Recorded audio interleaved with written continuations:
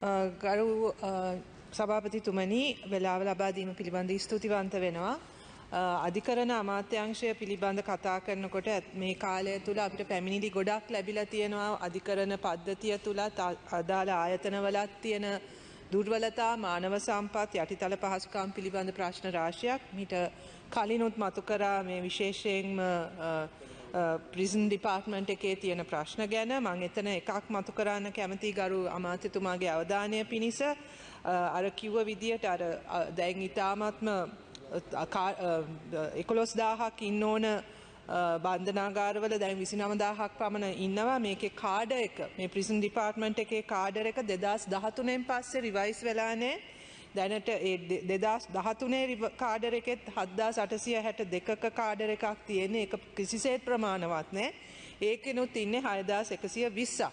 ඒ වගේම මේ අවුරුද්දේ සැප්තැම්බර් මාස 23 මේගොල්ලෝ මේ ප්‍රිසන් ඩිපාර්ට්මන්ට් එකේ ඔෆිෂල්ස්ලාගේ අලවන්ස් එකක් ගැන යම්කිසි දීමනාවක් පිළිබඳ ප්‍රොපෝසල් එකක් ඇවිල්ලා තියෙනවා. නමුත් ඒ ප්‍රොපෝසල් එක තාම ක්‍රියාත්මක වෙලා නැහැ. මම දැන් 2014න් පස්සේ ඒ දීමනා කිසි දෙයක් වැඩි වෙලා නැහැ. මම හිතන්නේ ඔබතුමාගේ අවධානය මම මේ නිශ්චිත කාරණයට යොමු කරන්න කැමතියි. අත වශයෙන්ම මේ යටිතල පහසුකමුත් සම්පත් පිළිබඳවත් කතා කරන ගොඩක් දේවල් තිබ්බත් මම ඒක නෙවෙයි අද මගේ මාතෘකාවේ ප්‍රධාන කොටස බවට පත් කරගන්නේ. I actually want to draw your attention to the very critical situation that we are facing in terms of the judiciary, in terms of justice and democracy in this country. This is and the role of the judiciary at this moment and how important that is. I think we all agree that for a society to function effectively, for a democratic society to function effectively, the various organs of the state, the pillars of democracy need to not only function effectively but be seen to be legitimate by the people. That there's a level of trust between the people and the various organs of the institution or of the state. That the social contract that is a necessary element in governing, where there's an unwritten social contract between the government, between the various institutions of the state and the people, that there is some level of trust that this social contract will be respected and that this social contract will be protected. In this sense, the institutions of the justice system, the institutions of justice, of the judiciary, the trust that people place in these institutions is critical. There needs to be a trust that these institutions will function impartially, will function independently, and that they will act in the interests of the people.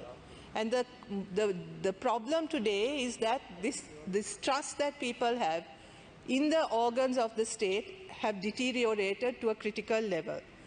Today, the situation we have is actually a distortion of that social contract and a distortion of the trust that people have and a manipulation of that trust. This is a country that faced a momentous uprising that was led by the citizens as a reaction to the arrogant and insensitive actions of a wildly popular government that was elected, but within 2 years, which completely managed to destroy the trust and the trust that the people had placed in that government. The bottom line was that the institutions that were expected to take care of the people, that the institutions that were there to protect people essentially failed, and rather those institutions were manipulated or made to function in the interests of those in power. This is what forced people to take to the streets.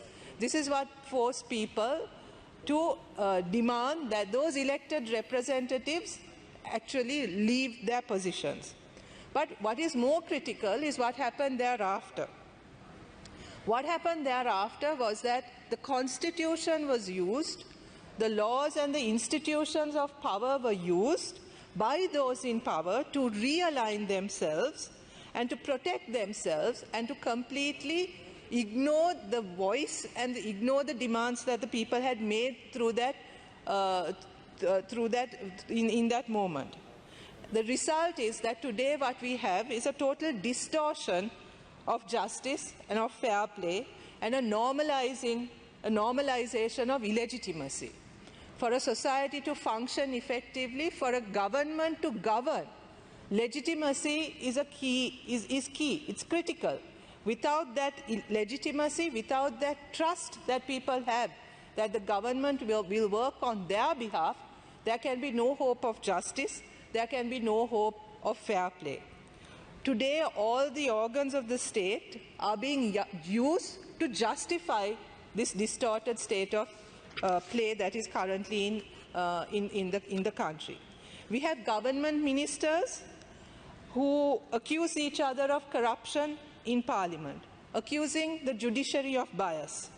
The Justice Minister himself has talked in Parliament of huge levels of corruption. I recall one instance where you talked about the corruption in relation to Express Pearl, right? You made those statements here, but nothing has happened. The former Sports Minister made serious allegations against the judiciary. All of this go to erode even the minimal trust that people have in the judicial system. The President, as has been talked about here, has made all kinds of statements and all kinds of claims that have really damaged these institutions. For instance, take his attitude towards a local government election, an election which the Independent Election Commission declared, but the President came to Parliament and said that he did not know what election was being talked about because no election had been declared. When the judiciary in a determination says that that election must take place, that the money that was allocated through the Parliament, approved by Parliament must be allocated, this does not happen. The executive ignores the determination of the court. President claims in various speeches that the people of this country do not want elections, that is not the priority of people, indirectly attempting to influence the judiciary. He comes to Parliament and claims that the Constitutional Council is an extension of executive power. He continues to make these kinds of wild and very irresponsible claims, constantly undermining the independence of the judiciary and the role of the judiciary in protecting the people of this country and standing by the interests of the people of this country.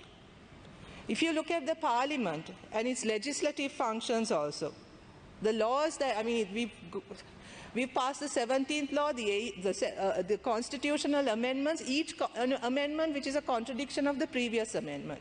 17th, 18th, 19th, 20th, 21, 22, and there are members of Parliament here who have raised their hands to each of these amendments, right?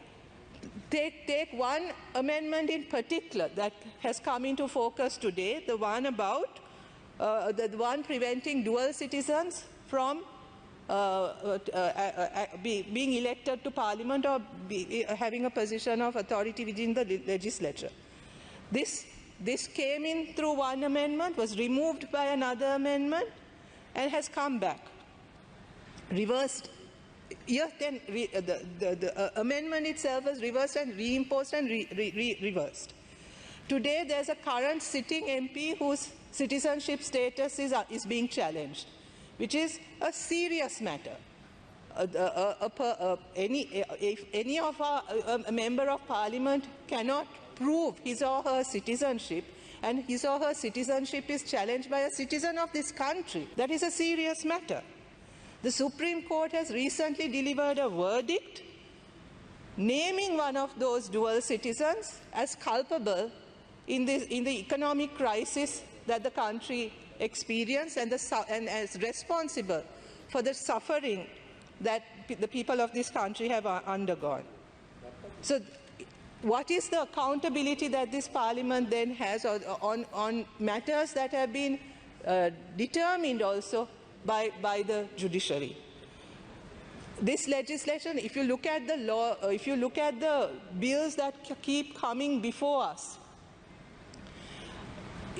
there's a pattern where the priority given is to those bills that really seek to suppress the voice of the people, to suppress the freedoms of people. The Prevention of Terrorism Act continues to be applied even when this very government some years ago declared a moratorium on it. The Counter-Terrorism Act, which the government put forward, which was challenged, was taken back, and almost the same bill now is being presented again. Online social media bill, all of these bills, there are several others which I don't have the time to go into. Honourable Member, you have 3 more minutes. All of those bills, whose interests are these bills really representing? It seems as if the government in power's main mandate right now is to somehow remain in power at all costs. Can there be a more dangerous situation? It is in this context where this government has demonstrated over and over again its utter and total contempt of the law, of the Constitution, of any kind of ethics, moral obligation, justice, to save any interest in safeguarding the interests of the people, that it's willing to go to any length.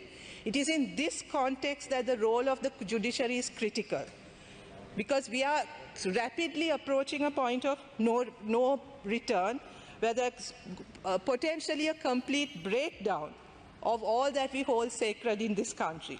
And it is in this context that the majority of citizens of this country are turning to the judiciary, are placing their hope on the judiciary to uphold the public trust, to protect the public, and to act in the interests of the public, to rise above the political power plays of this government, and that it cannot at this point let the people of this country down. ඇත්ත වශයෙන්ම මේ මොහොතේ මේ රටේ යම්කිසි බලාපොරොත්තුවක් අපිට තියෙනවා නම් ඒක තියන්න පුළුවන් වෙන්නේ මේ රටේ පුරවැසියෝ මතයි, මේ රටේ අධිකරණය මතයි. ඒ දෙක තුලින් තමයි අධිකරණයටත් මේ රටේ ජනතාවටත් මේ රටේ පුරවැසියන්ටත් තමයි මේ රටට අවශ්‍ය වෙන මේ විශාල පරිවර්තනය ගේන්න පුළුවන් වෙන්නේ. අන්න ඒ සන්දර්භය තුල තමයි මම ඇත්ත වශයෙන්ම අපි මේක ඉල්ලා සිටින්නේ මේ මොහොතේ අධිකරණයට තමන්ගේ කාර්යභාරය වෙනුවෙන් පෙනී ඉන්න කියලා. ගරු සභාපතිතුමනි, මට තප්පරයක් දෙන්න, මට මෙන්න මේක කියවන්න අවස්ථාවක් දෙන්න. මේ ළඟදී මේ වෙලාවේ ඇත්ත වශයෙන්ම නඩු තීන්දුවක් තුලින්ම ඇත්ත වශයෙන් මේ අධිකරණයම දුන්න තීරණයක් මට මෙතන ඒ determination එකෙන් පොඩි අදහසක් ගන්න ඕනේ. As firmly laid down in the determination of the divisional bench of 7 judges of this court in regard to the constitutionality of the proposed 19th amendment to the Constitution, the principle enunciated in Articles 3 and 4 of our Constitution is that the respective organs of government, the legislature, the executive and the judiciary are reposed power as custodians for the time being to be exercised for the people. It has been firmly stated in several judgments of this court that the rule of law is the basis of our Constitution. If there is one principle that runs through the entire fabric of the Constitution, it is the principle of the rule of law.